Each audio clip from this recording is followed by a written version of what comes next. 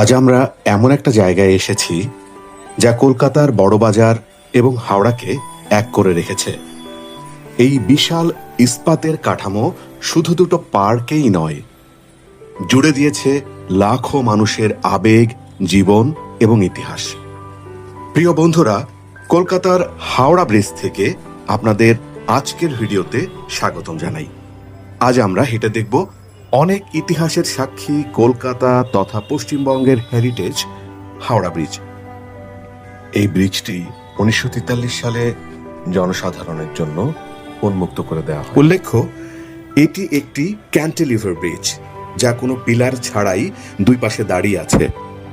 ভাবতে অবাক লাগে যে ব্রিজটি ইস্পাত দিয়ে তৈরি হলেও কিন্তু এর নির্মাণে কোনো নাট বল্টু ব্যবহার করা হয়নি। প্রতিদিন লক্ষাধিক গাড়ি এবং অসংখ্য মানুষ এই ব্রিজ দিয়ে যাতায়াত করে থাকে।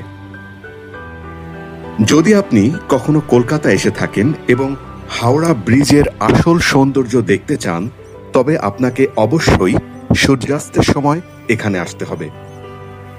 গঙ্গার বুকে সূর্য যখন ডুবতে শুরু করে, তখন ব্রিজের ওপর এর সোনালি আলো, রং বেরঙের লাইট আর গঙ্গার ঢেউ এক মায়াবী দৃশ্য তৈরি করে। বন্ধুরা, এখন কিন্তু গোধূলি লগ্ন।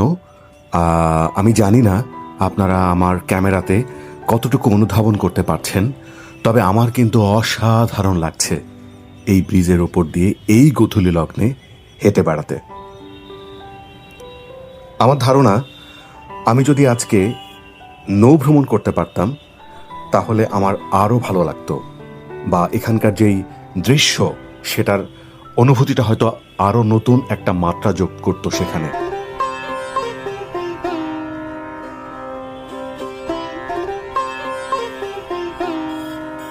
যদি কখনো সুযোগ হয়, অবশ্যই আমার চেষ্টা থাকবে এখানে একটি নৌকায় ভ্রমণ করা এত সুন্দর একটা সময়ে। আপনারা জেনে থাকবেন, এই ব্রিজের নিচেই কিন্তু কলকাতার সবচেয়ে বড় ফুলের মার্কেটটি রয়েছে।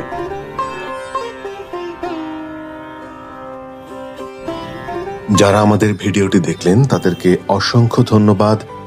আর হাওড়া ব্রিজের উপর থেকে আমি ছুটে চলছি নতুন কোনো গন্তব্যের উদ্দেশ্যে। সবাই ভালো থাকবেন, সুস্থ থাকবেন। খোদা হাফেজ।